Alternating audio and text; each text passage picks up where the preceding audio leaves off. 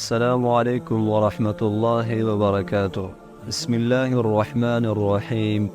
مسلمان وروره که غواړې چې د قیامت په ورځ د انبیاو شهداو صدیقینو د انبیاو سره د الله رب العالمین ودرې، که غواړې د قیامت د سختیو نه د هغې شرمندګۍ نه چې الله رب العالمین ته به انسانان خپې بله خپې او بربنډ ولاړي، د دغې حالاتو نه د الله رب العالمین بچ کړي، نو اوه صفات دا په خپل ځان کې پیدا کړه، یا د دې اوه صفاتو نه یو صفت په خپل ځان کې راوله. هغه اوه صفات کم دي؟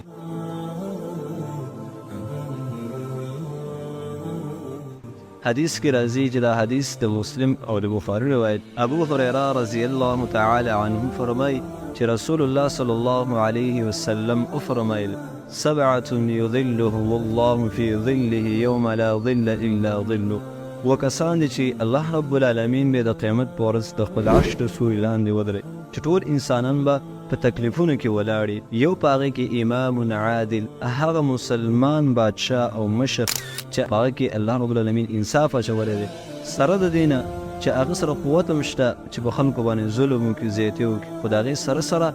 په خلکو باندې رحم کوي، دی سره انصاف. دویم هغه ځوان چې د خپله ځواني د الله رب العالمین په دین باندې مصرف کړي، د خپله ځواني د الله په دین باندې قربان کړي، خپل خواهشات دا د خپله نه کړي، خو د الله بندګي د الله دین را مخې ته کړي،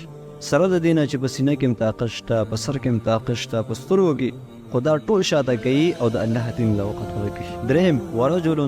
قلبه معلق فی المساجد، یو هغه سړی چې هغه د خپل زړه د جوماتونو سره ولګوي، یعنی د الله د عبادت سره یې مینه، د منځونو سره یې مینه، د هغې د وجې نه دی د الله په کورونو کې خوشحالېږي، د هغې سره تعلق. څلورم دوه داسې کسان چې د الله دپاره د یو بل سره محبت کوي، مینه کوي،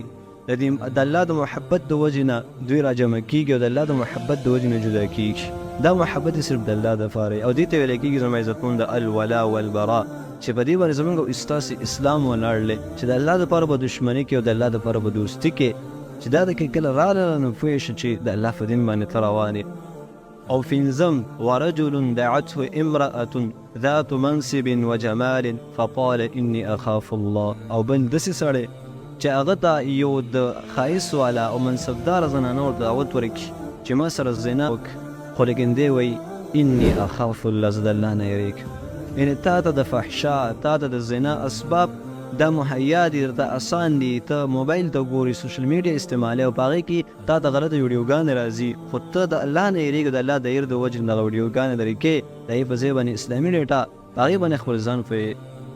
یو داسې انسان چې د الله نه یېرېږي او دغه زنا اسباب نظر ساتي، د زنا نظر ساتي. او شپږم یو سړی داسې یو پټه صدقه وکړي چې د دا ګس لاس په دې خبر نه شي چې زما د ښي لاس څه صدقه کړي، داسې یو پټه صدقه وکړي د الله دپاره، داسې پټې پټې صدقې کوي. دې ته اخلاص ته اشاره چې د انسان په خپل عمل کې اخلاص راولي. ورجل ذکر الله خالیا ففازت عیناه،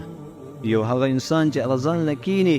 او خپل ګناهونه رایاد کوي، په دې باندې وجاړي او دا رایاد کړي چې زما خاتمه به څنګه کېږي، او دا رایاد کړي چې ما خو عملونه کړي دي، د الله دپاره مې قربانیانې خو ورکړي دي، تکلیفونه یې په ځان د دین کې تېر کړي دي، آیا دا تکلیفونه به الله قبول کړي او که نه، د دې ثمره به الله ماله راکړي او که نه، زما اخرنۍ خاتمه په ایمان باندې شي او که نه. ځکه ډېر خلک الله رب العالمین د دنیا نه دغه شان د بېدینه بوتله. دا اوه صفات شو محترمو چې دا په خپل ځان کې راولي. او بیا د خوشحالۍ خبره دا ده چې دا اوه صفات نه چې په دې کې د یو په ځان کې راوستو، د الله رب العالمین به تا د عرش تر سیوري لاندې ودرېږي.